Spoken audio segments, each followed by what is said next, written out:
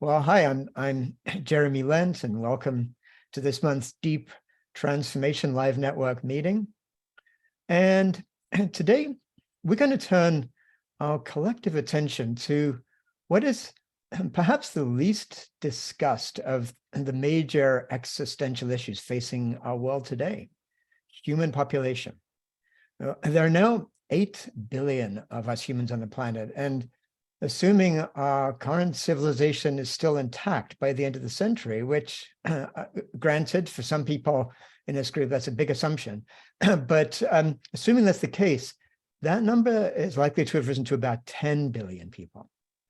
And yet human population is very rarely discussed, like in progressive circles. And there are some understandable reasons for that. There's been this bleak history of coercive national policies in places like China and India and elsewhere. And frequently there are these racist undertones to any discussion about rising human population. And so for that reason, or for those reasons, many progressives really just prefer to avoid the topic altogether.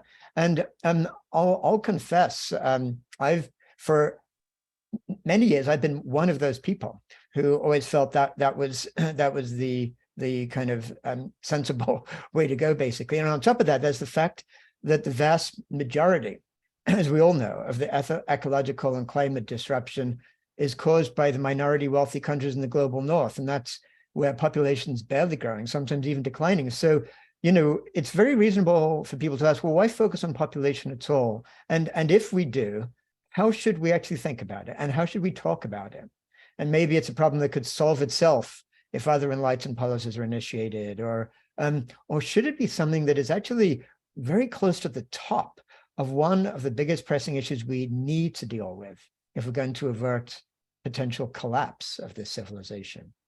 And today, I'm so looking forward to discuss the population question with Nandita Bajaj, who's the executive director of Population Balance, a nonprofit organization actually working to raise awareness of some of these issues that we'll be discussing with Nandita, both about the nonprofit population balance and the overall questions. And I've had the pleasure of doing an interview with Nandita on her Population Balance podcast last year, which I really enjoyed. And we were going to also be joined by Dr. Helen Kopnina from the UK, who unfortunately, it seems, had some difficult internet logistical problems and has told us she may not be able to come. So likely the conversation will just be with me and Nandita. But first, before we begin this conversation, let's just turn for a moment to our own community. So this meeting is our monthly opportunity to connect, to meet each other, to build our social cohesion, to get inspired by what others are doing, and kind of build the collective intelligence that we all know we need to shift our trajectory of where we're going.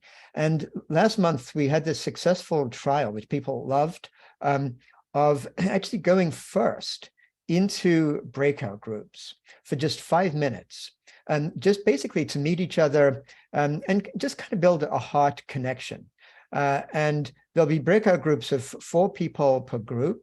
So we'll just have a minute or so per person around the group to just kind of say, hi, what your name is, where you're from, maybe a single sentence about whatever is in your heart or mind right now, or something you're feeling, or a question that you'd like to ask about today's topic, or if it's your first time here. So as we go into these groups right now, I just ask you to really hold space for each other. Make sure everyone in the group gets a chance to be heard. And we'll be in the same group later on. Just the way we usually do it. We'll be in these small groups for 5 minutes. We'll have, I'll be in conversation with Nandita. Then we'll spend 10 minutes in the same groups you're in right now to discuss issues around population topic together. Then we'll come back for the last half hour for a full conversation where you can share your reflections, ask Nandita anything that arose from the conversation, and we'll have a general conversation to really fill out our understanding. So let's go into these breakout groups right now.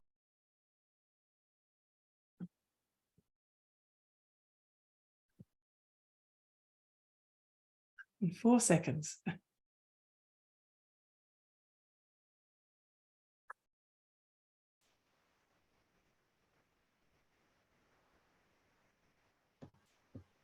Okay, great. Well, that was fun and really enjoyable to actually have that connection and know we're going to deepen in just a few minutes.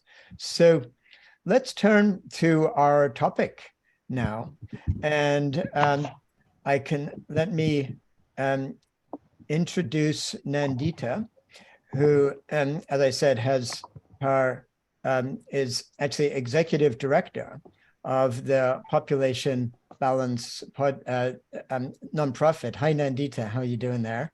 And by the way, I had mentioned that Helen was not going to be able to join, and I just got a message from her about 2 minutes ago saying she's trying to join. So let's see if I can join, but I maybe will not be able to talk. I'm in a public spot right here. Oh, I see. Well, great. Well, wonderful to have you here, Helen. If you'd like, maybe what we could do, I don't know what feels good for you, Helen. We could potentially just have the actual panel with me and Nandita because of the difficulty of background noise, whatever, if you're in a public space, and ask you to join in the conversation in the second half when we're doing Q&A in general. Or you tell me what works for you, because I don't know if it's too distracting if you're in a public space. Well, I don't want this to be too distracting to you guys in a sense that I'm next to a bus station right now. Yeah. Unfortunately, I've just moved house. I have no internet at home. It's 9 o'clock here in England, and my office closes at 9. So that's why what's happening now is I haven't planned not having internet at home. Absolutely. And I can't be at work either. I got you. So why don't we just maybe plan for in the interest of focus, just for me and Nandita to be on this actual panel conversation right now. But if you're able to maintain a connection and can join in the conversation in the second half, I'd love that. And we'd all really appreciate that. That would be good. Thank you for trying. Well, over to you, Nandita, and just by way of a little bit more introduction, Nandita is also an adjunct faculty member of the Institute for Humane Education at Antioch University, where she teaches courses on pronatalism and earned overpopulation and human rights. And so, having done a really enjoyable podcast interview with you, Nandita, last year, I'm glad to be able to turn the tables now. Welcome to the DTN, to our community here. And maybe to begin with, Nandita, you can tell us a little bit about the Population Balance nonprofit, what it does, and basically what caused you to join it and take the leadership position in it. And Nandita is the executive director of it right now. Sure. First of all, thank you so much, Jeremy, for inviting me to your network. It's such an honor. My co-host Alan and I had the most incredible conversation with you for our podcast last year, and we were both so thrilled that we get to be part of your community now. So thank you. We've of course been very inspired by your work and the work of so many other incredible wisdom teachers in this work. A little bit about myself. I joined Population Balance just about 2 years ago. Prior to that, I've had a bit of a meandering career path. I used to be an engineer for several years, and then I moved into teaching high school for about a decade. And then about 5 years ago, I went back to grad school to dive a little more deeply into global issues, something that had been a thread throughout my personal life that I had been interested in. And I decided that I wanted to dedicate my career to working on larger global issues. And I finished my degree in humane education, which is where I now teach. And humane education became also the foundation of the work that I brought to population balance when I joined. And that foundational work is looking at global issues from a lens that considers the interconnectedness between people, the more than human world, and the planet, and how to work on issues that elevates the well-being and rights of all without leaving one out. So Population Balance is an organization based in Minnesota in the States, and it's existed for about 30 years. And it started out as a very local state organization. And then over the last 30 years, through changing leadership, it has become more national. And now with me being in Canada, running the organization with my colleagues in a couple of different states and countries, it's becoming more international. And majority of the work we do is very educational focused, part of it being my background is in education. So we do a lot of classroom presentations for universities and schools to facilitate dialogues on this very difficult topic, but also we run a popular podcast of which you were a part recently. Yeah, well, that's great. Thanks for doing this amazing work, Nandita. And it sounds to me like I imagine whenever you do one of these topics and you're offering this kind of educational approach to population, you probably get the same kind of issues that I just raised early on almost right away. So I imagine you're quite sort of experienced now in how to look at these. So there's more than just these three that I raised. There's a number of different arguments that people might use against making population a big deal. But certainly we know, at least in my mind, the big three seem to be those kind of things, the coercive nature of when we talk about population, look what happens, look what happened to China, India, et cetera. And so that's one big issue. And then there's the second issue, of course, is the racist issue. And in terms of, we've seen extreme right-wing racists in the United States and elsewhere saying, well, this whole consumption thing, well, we know the real reason. It's all the population and that horrible meme that then goes from there. And then the third issue, which is the one, to be honest, like I said, when in past times people have talked about population, one of the two places I'll often go is exactly that. Like, look at where 80% of all the destruction and devastation and emissions and everything comes in the global north. So that's where we need to focus our energy. So why don't you unpack each of those for us and help us work through how we think about it? Sure.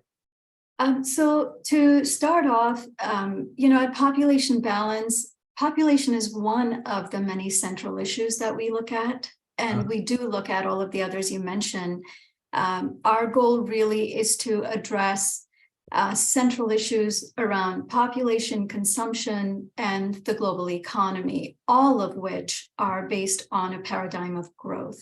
And so in bigger term, we use human expansionism and human domination, and what that has done to humanity, human rights, in terms of the misuse of power and privilege through the oppression of marginalized human communities, but also the misuse of power and privilege and the oppression of the non-human world. So that's the overall goal of population balance. But to answer your question, the other ones, economic contraction and consumption contraction, luckily are starting to gain a lot of traction, which has taken a long time, even for those to be brought into the mainstream culture. But population overall has lost steam, especially over the last 30 years or so. I'll speak about maybe the brief history of just the last 50 or so years since we became aware of the population issue, but then I'd like to do a slightly deeper dive into the history of population growth, something that you've also covered in your own work.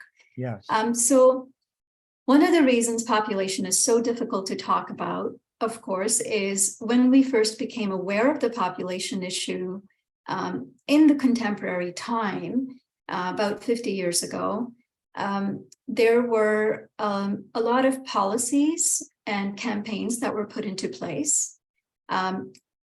A lot of those policies and campaigns were actually quite empowering, especially when they were community level policies that were put into place from the bottom up perspective of trying to change cultural norms, making contraceptives available, making it okay to talk about sex and contraception and condoms and things like that.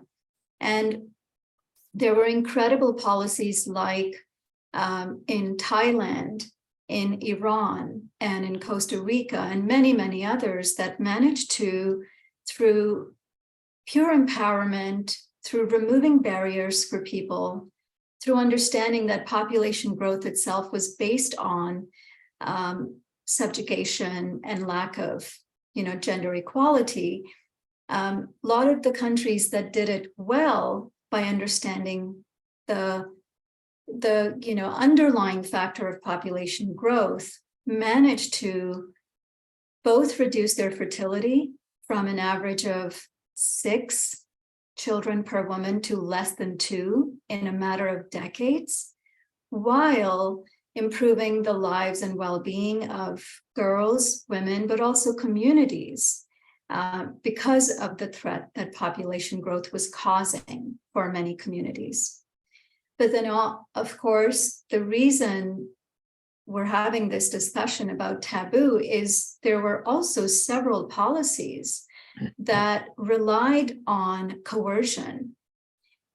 Many of them, some of them you mentioned, like China's one-child policy, like the sterilization campaigns in India and Puerto Rico, and several other such policies or campaigns that were based in the legacy of racism, sexism, ableism, and really caused this blemish on the population movement and made people believe that talking about population inevitably will lead to coercion. And then you look at, further back in history, just the history of the eugenics movement within the Europe and the United States, and the legacy and the influence that that had on some of the ideas and inspiration for these population control policies. They really also, I think, set in a good way a lot of suspicion for people, completely understandable, that population discussion automatically leads to top-down control policies. Right. And, the policies themselves were obviously an unfortunate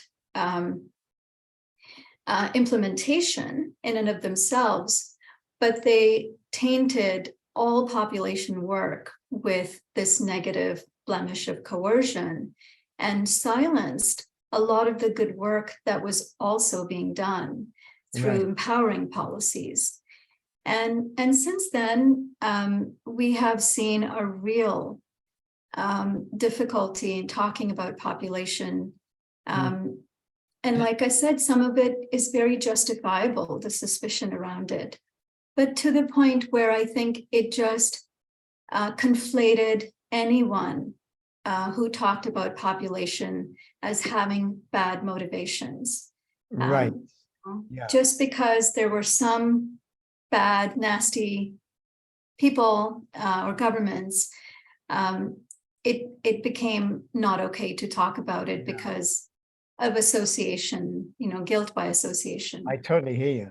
And something I found fascinating actually in your work, and it's something that really kind of helped me to open my mind to a whole different perspective, is that I think a big theme that I've read in your own work is that when we talk about coercion, actually the far greater coercive forces around the world are the forces that coerce women to have more children than they might want because of patriarchal structures or religious structures or cultural structures or whatever, rather than to have fewer children than they want. So I love, I mean, in a way, to me, that's sort of turns the whole issue around on its head and helps us to see it from a different place. So maybe I'd like to talk more about that theme of what are the dangers of what you call what's called pronatalism, but it's a word that I had barely come across before I started to look at your articles. So I'd love to hear more about that. Certainly. Yeah, it was actually interesting for me too. When I first started becoming interested in population, for me, it was never a sensitive subject. I actually grew up in India. I was very aware of population being an issue. It is the second most at the time, and now the most populous country in the world. So to me, it was a visceral experience of what it looks like to be so densely populated, to have such, vast inequity within classes, but also in terms of gender inequality. And so, about 5-6 years ago, I started to dive more deeply into understanding why it was so taboo, because it wasn't so much for me personally. And to me, it became very clear that when we speak about population, there's this idea that nobody should be telling anyone whether and how many kids to have. Right. And that it's talking about population as an impingement on people's personal choices. And having children is one of the most consequential and personal things we do. And it can be a source of deep meaning and purpose for people. It can be a beautiful journey. But for my own experience of, deciding whether or not I wanted to have kids, I actually didn't know until I was 28 that I even had a choice to not have children. It wasn't until I met my husband here and he asked me, the question, and I just said, "What do you mean? Don't we have to have kids?" And he said, "Well, we can decide whatever we decide." And that's really, for me, was the awakening of trying to understand, well, how many people are there like me who've grown up to believe that there is one life path that includes parenthood as a rite of passage to adulthood. Mm-hmm. And that's when I started to actually unpack this term called pronatalism and realized that pronatalism is so deeply embedded within cultures, especially cultures like mine that are deeply patriarchal and traditional, where it's an expectation that women will marry and have children, and very few have actual personal autonomy or reproductive autonomy to choose that for themselves. Yeah. And as I started to dig deeper, I understood that for so many people, especially women around the world, pronatalism, this expectation, and at times, many times, coercion to bear children, whether out of religious influences, political, tribal, militaristic reasons, was to grow the population for external demographic goals. And that population growth itself was based on extreme gender inequality, subjugation of women, and a lack of reproductive autonomy. And that's when I made the connection, is so many people are afraid of reproductive control the other way, which, has happened in our recent history. But this has been going on for 10,000 years, right, since we started engaging, as you've done in your work, more settlement communities where patriarchy really started to emerge as well. Yeah, such an important point. And as I understand it, I mean, because like you say, the people who are against talking about population say primarily a woman should choose how many children she wants. But in vast parts of the world, throughout most of history, a woman has never had that choice. It's been the male head of the household or whatever who actually tells women. And like you say, the culture then reinforces that, reifies that.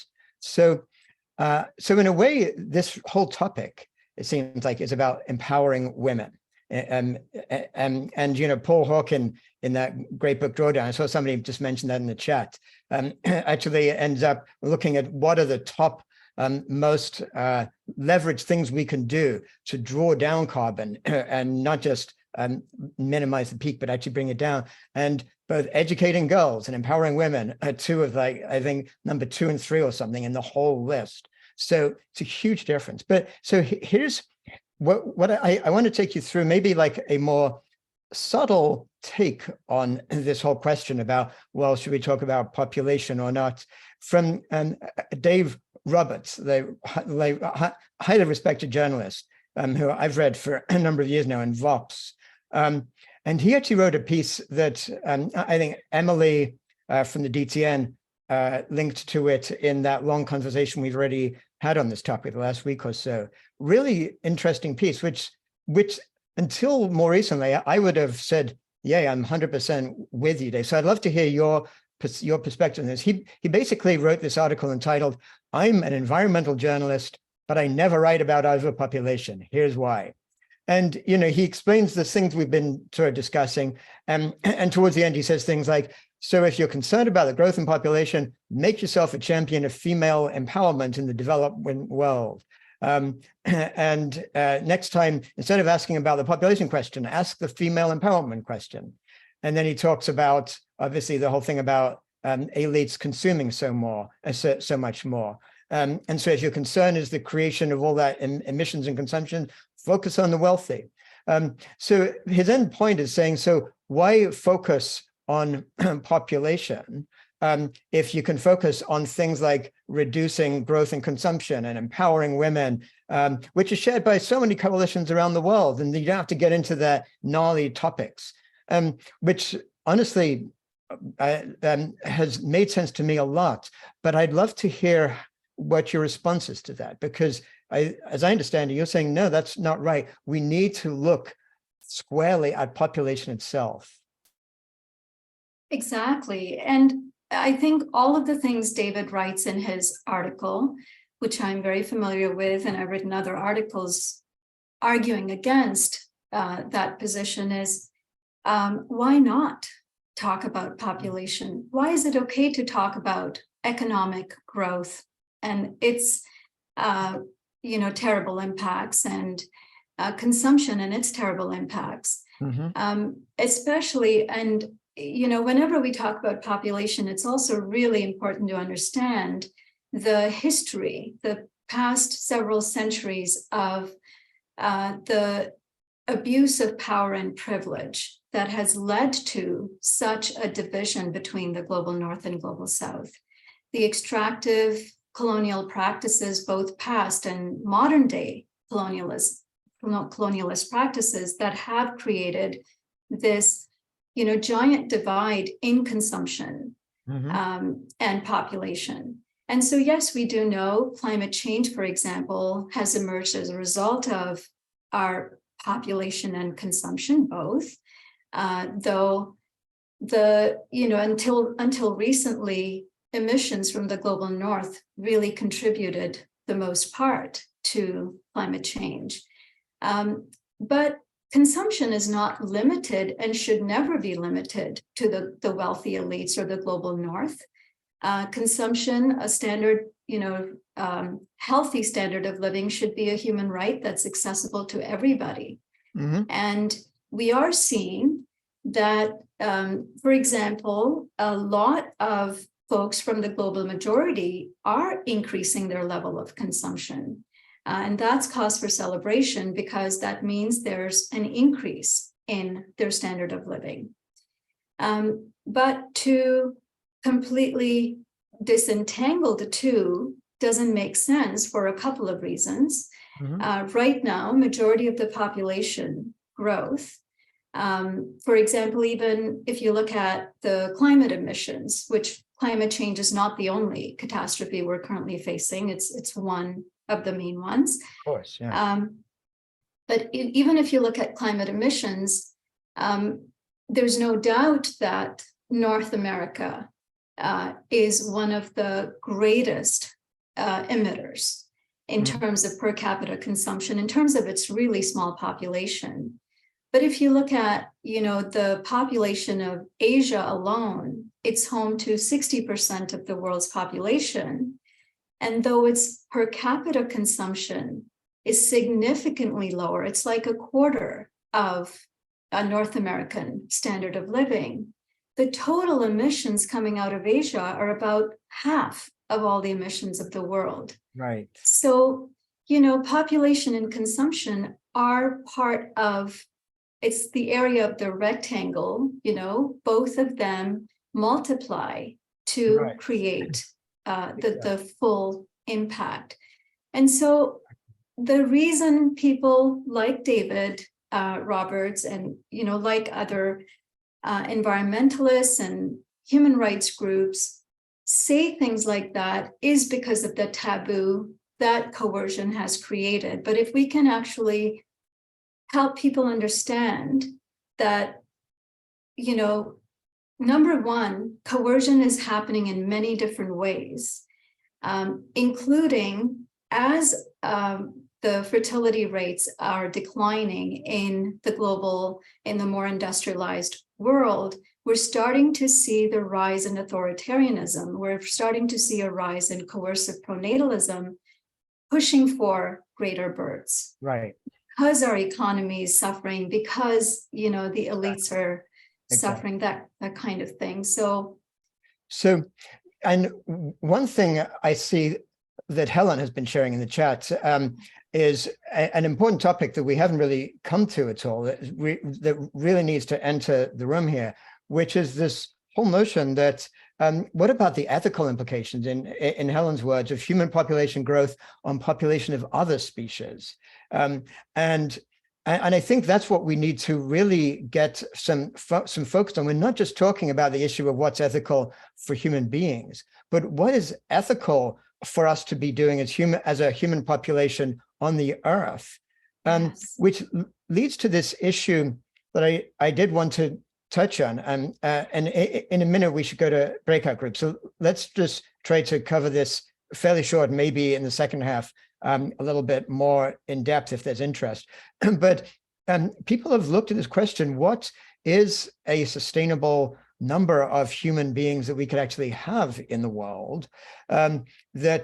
And even that, is the context was sustainable for humans, or sustainable actually to regenerate the living earth so it can really be a full, come back to its fullness. So you want to tell us a little bit about what studies have suggested about what is a target population that could be, essentially, I write a lot about ecological civilization. What's a target population that could be consistent with a life-affirming civilization in the long term?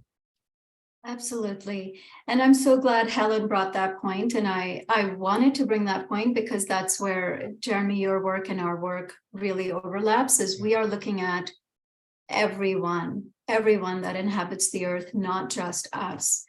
And even in those 10,000 years, for example, that our population's grown from 5 million to 8 billion, the population, the mass, or the weight of all the mammals, the wild mammals, has gone from 99% to now 4%. So if you look at just the evisceration of the non-human world that has happened, under our domination, regardless of how inequitable that domination has been, we still need to understand the overall impact that we are having, without minimizing the inequality within our own species. Right.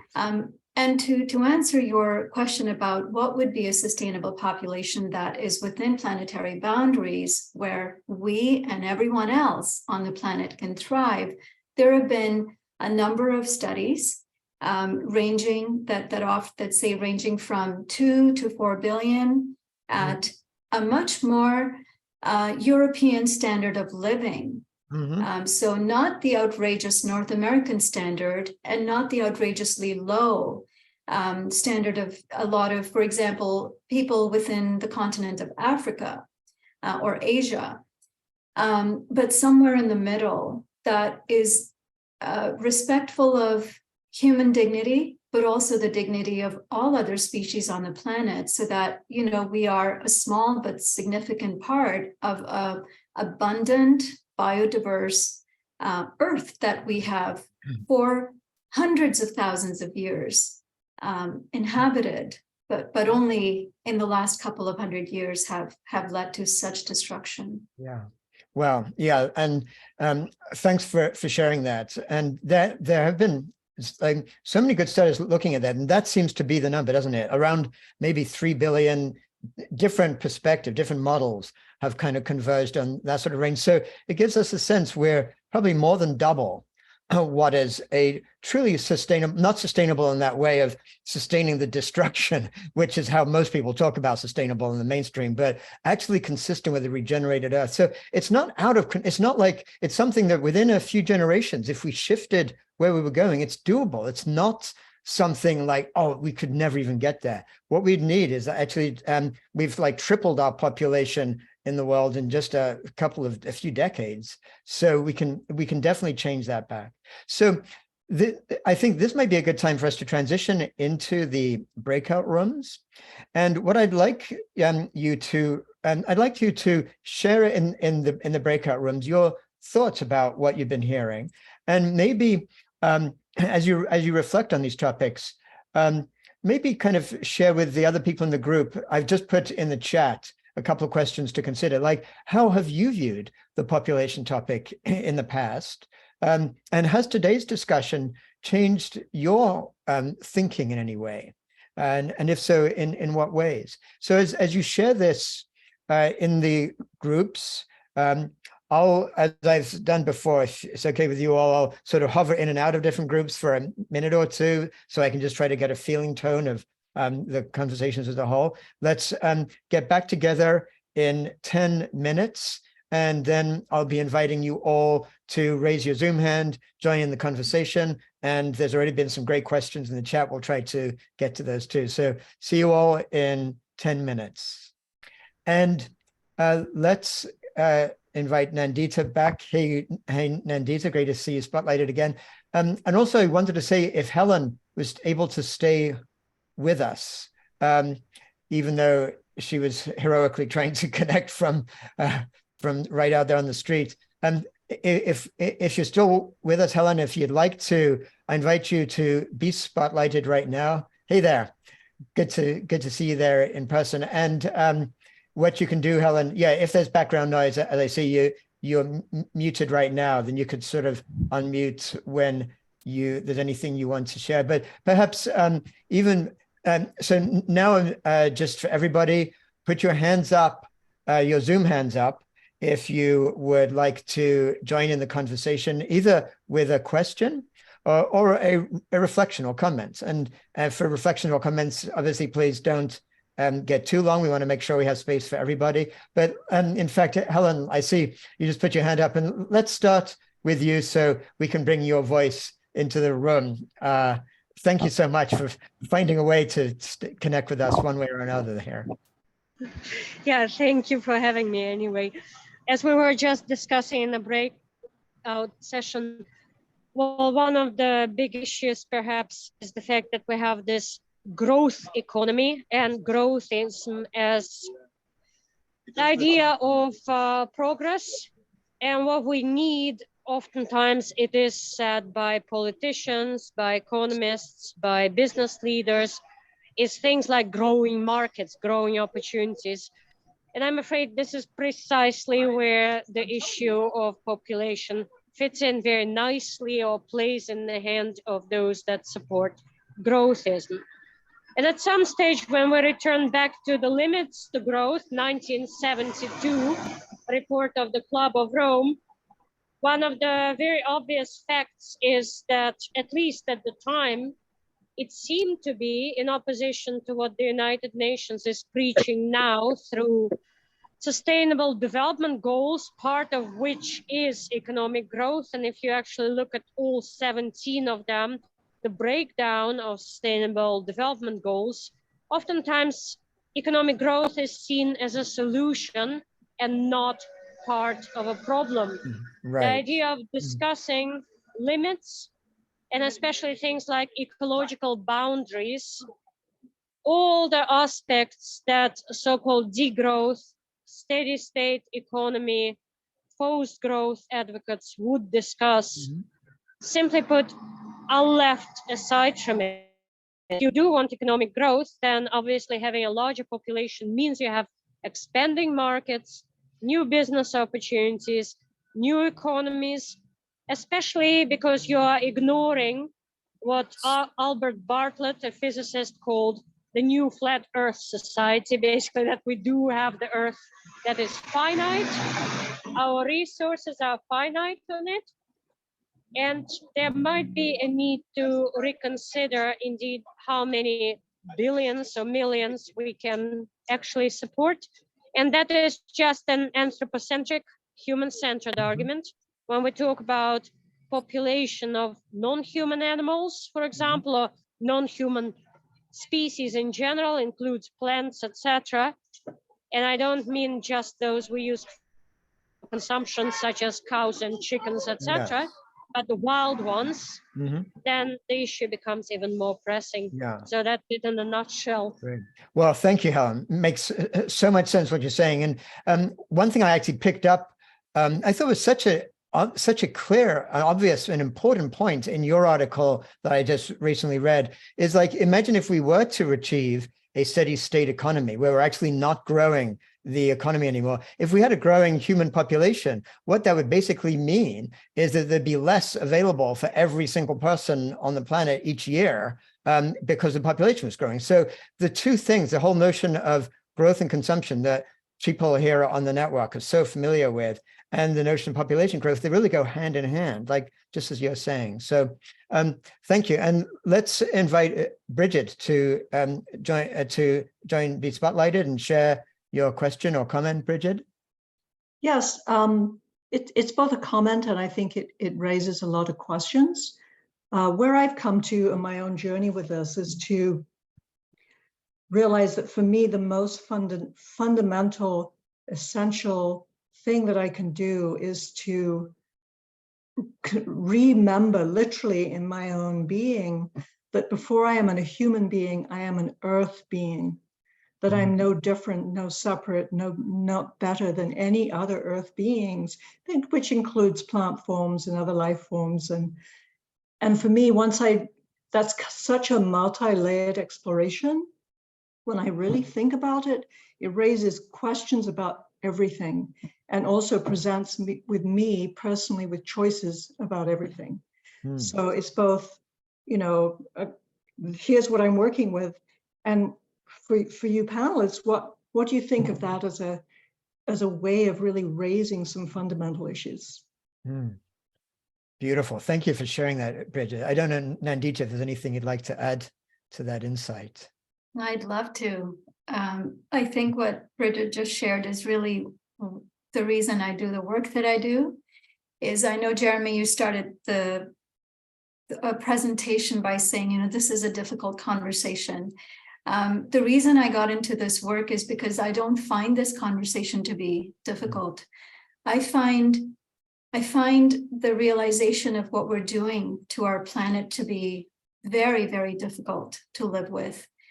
And just our relationship to the more than human world, which you spoke so beautifully about, Bridget, is we really are not separate from the more than human world. We exist because of everything around us. And to look at ourselves as separate beings is really, as you've talked about, Jeremy, in your work, as what's created this divide between the human and the non-human. And it's what's created this supremacy within ourselves to believe that somehow everything else is beneath us and in order to fight for the rights of the planet, we somehow subjugate the rights of our own species. But how is that ever possible? Because we are inhabitants of the planet. And, you know, our capacity for compassion is infinite. We don't have to compete for human rights versus planetary rights. They're all exactly the same to me. Wow, thank you. And I'm seeing from the chat, you really hit a rich vein, Bajaj and Nandita, in what really matters to so many people here in our community. So thank you for bringing that into the space. Let's turn to Shannon. Hi there, Shannon. Hey, how's it going, Jeremy? Good, thanks.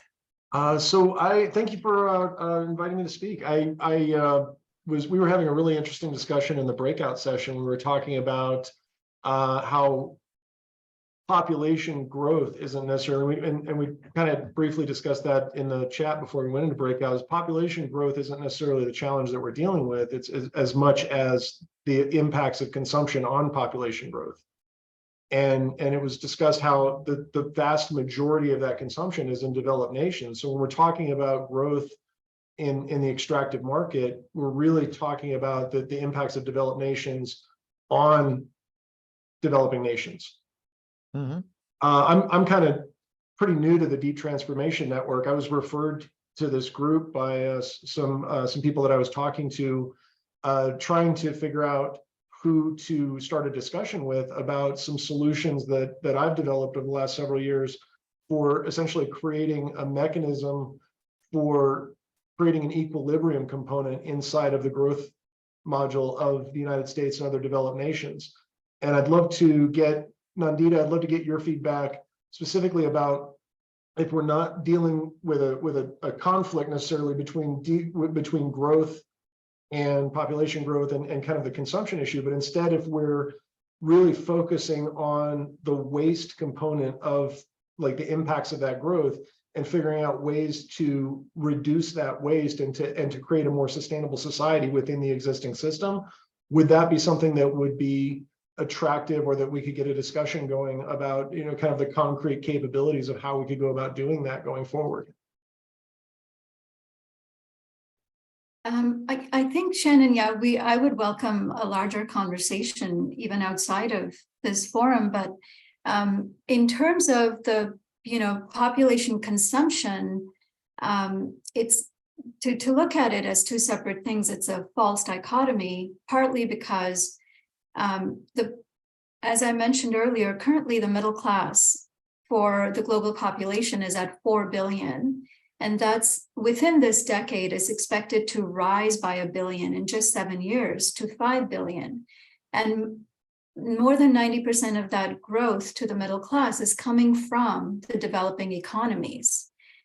So that what we call the wealthy elite are soon going to become and already include a lot of people within the global North and South. So it's going to become harder and harder to actually draw that line between the oppressed and the oppressors, because that's happening.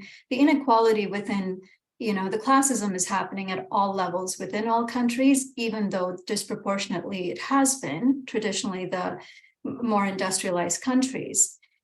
So that's one reason why we cannot separate the two. And if you think about the fact that currently, at our current level of consumption, where so many people are living in very poor living standards, we're already consuming 75% more, demanding more from the planet than it can sustainably provide. So we're using 1.75 Earths now. What will happen to our life-giving system once more people move into the higher standard of living, which they should, you know, but that's where the population growth really does matter. And even small differences in fertility, so even half a fertility decline compared to our current number, can lead to 3 billion fewer people by the end of the century. Even half a fertility, you know, 0.5 increase can lead to 4 or 5 billion extra. So there's like a 7 or 8 billion difference between the two. And so, in terms of your question about contracting our economy and moving towards degrowth, I feel like both need to be happening, both contraction in population and consumption, in order for us to arrive at some kind of a sustainable. And thanks. place. And I'm just seeing, in the interest of time, I want to move on to a couple more topics, because we're coming close to the end. I think we could be here for another hour easily at this rate. But so something I just wanted to pick up from the chat really quickly is Phoebe Barnard was responding to somebody in the chat about the UN Sustainable Development Goals, and mentioned that Phoebe and you, Nandita, with colleagues, are working on a SDG, like Sustainable Development Goal, reform white paper to address the issue of population. And there's going to be they're going to be changed and updated by 2030. And I'm curious if you just wanted to tell us a little bit about that context. That looks really interesting to hear. Maybe Phoebe's leading the charge on it, and it'd be great if she wanted to come and share. That would be great if Phoebe wanted to put your hand up. Perhaps in the meantime, let's turn to Jim and Michelle. If we could spotlight you both, and in the interest of time, just have you ask you a question, keep it to like a minute, so that we can get both into the room right away. Then let's give Nandita a chance to respond. Jim? Well, for me, the issue is that we have a system that is the underlying problem. I mean, I think we can talk about mandates, we can talk about degrowth, we can talk about voluntary efforts, we can talk about educating women. There's all kinds of things out there, but we have a system in place that's structured for special interests to compete. Yeah. And for those special interests to keep growing. And unless there is a we that can address that, I think we're just playing games with ourselves, that we are clearly on an unsustainable path. And so I've got some ideas about how to facilitate that transformation of the system. And I don't have time to talk about it, but I'd love to share something. Yeah.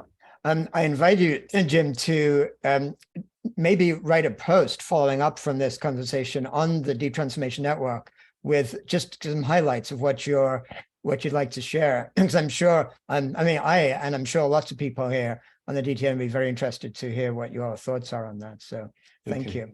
And Michelle, and then we can turn to Phoebe. And I'm afraid, Brian and Derek, I think we're going to run out of time, I'm afraid, for. So if you could put your questions either in the chat or when I upload the video, put any comments you might want to have on that. That would be great to hear you. So Michelle and then Phoebe.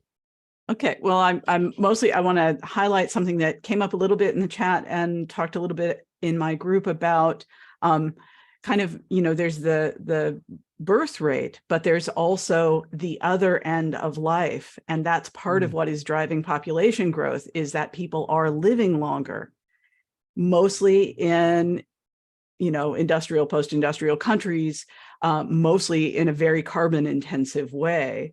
Mm-hmm. And that places where birth rates are already very low, they're extremely alarmed. I lived in Singapore for a couple of years. It's true in Japan, Korea, various places in Europe.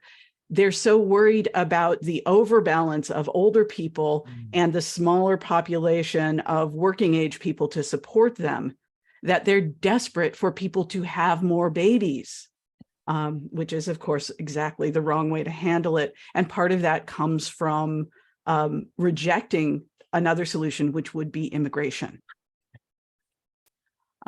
So just wanting to speak on that a little bit. Yeah, thanks for that. And that's right on, Michelle. It's like immigration, that's what we need more of. And so it's like, it's so clear. So we're just in the last couple of minutes, Phoebe, welcome back to the DTN. Phoebe was on a panel a few months ago. And maybe if you could just give us like a brief highlight of this SDG reform paper that would be great. You know what, Jeremy, I'd actually like to yield my time to Nandita to answer that question if she'd like to, about aging and economic pronatalism, and I'll put something in the chat instead. Is that okay, Nandita? Thank you. You're very sweet as always. Well, the last person who spoke, I'm sorry, I didn't get your name, but Michelle. You presented the problem so perfectly.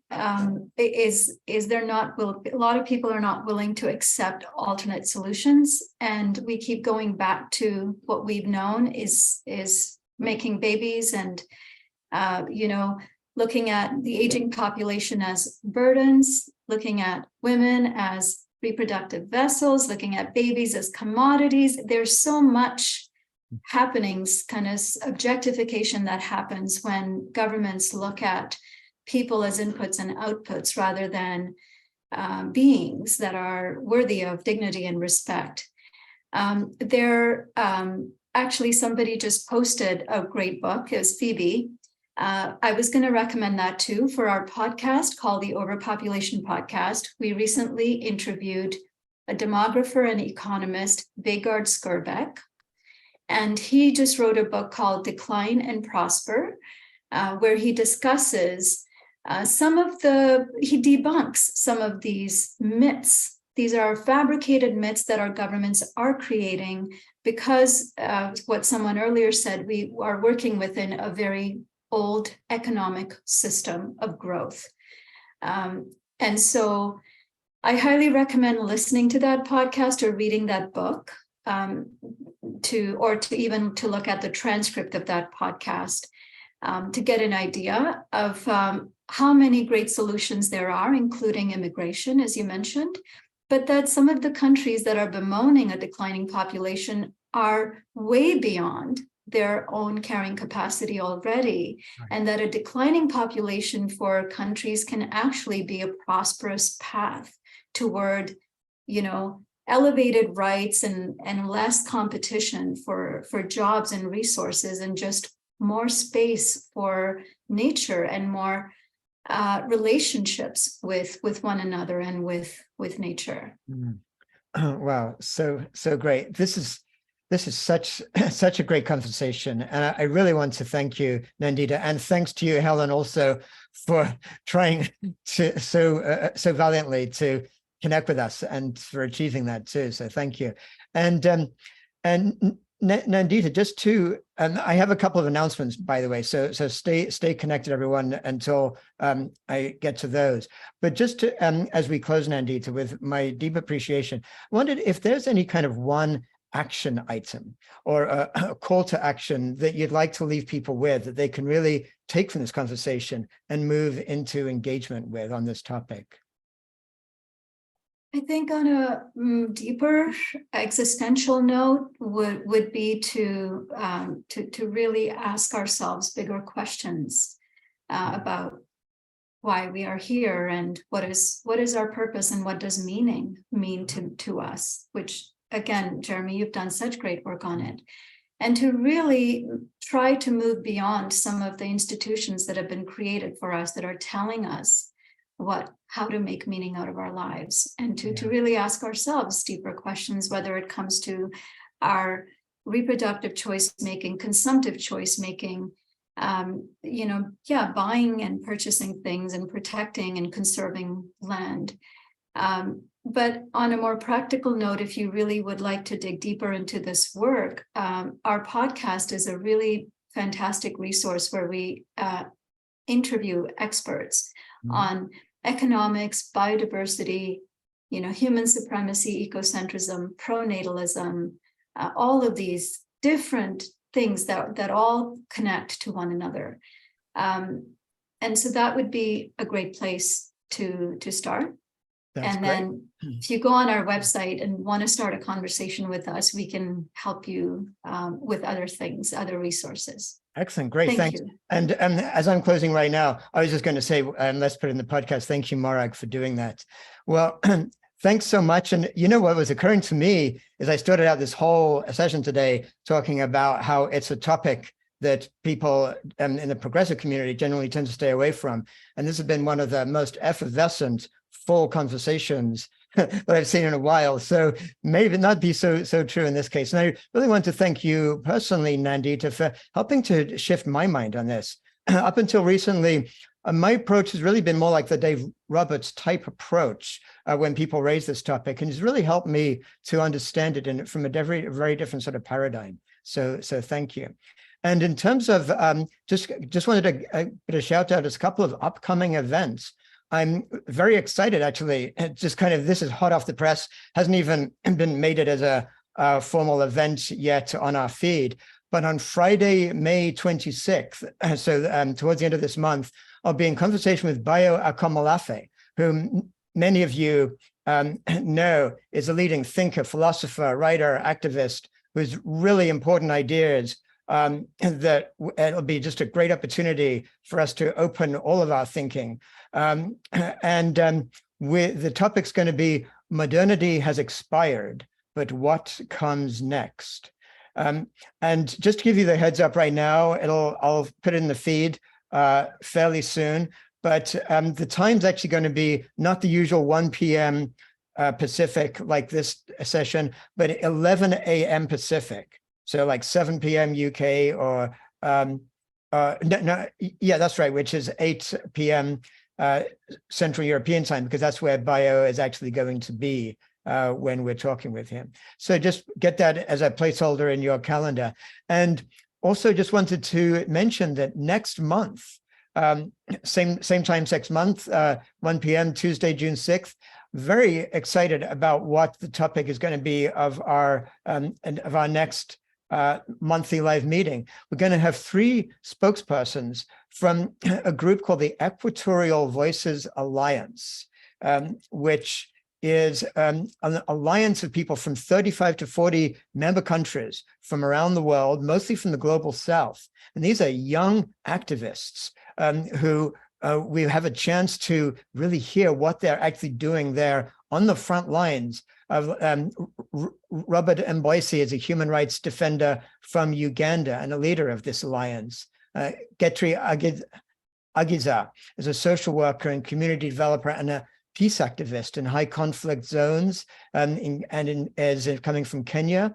And Rahul Patil is a community developer and Dalit leader working in India on like community sanitation and health, climate mitigation actions, and more. It's a great opportunity. A lot of the time people here on the DTN quite rightly point out that for a global a network wanting global transformation, we're very highly weighted towards white people, more privileged people from the global north. This is a wonderful opportunity for us to hear people who don't usually get a voice in this network and other networks. We can find out their work and how we can support them.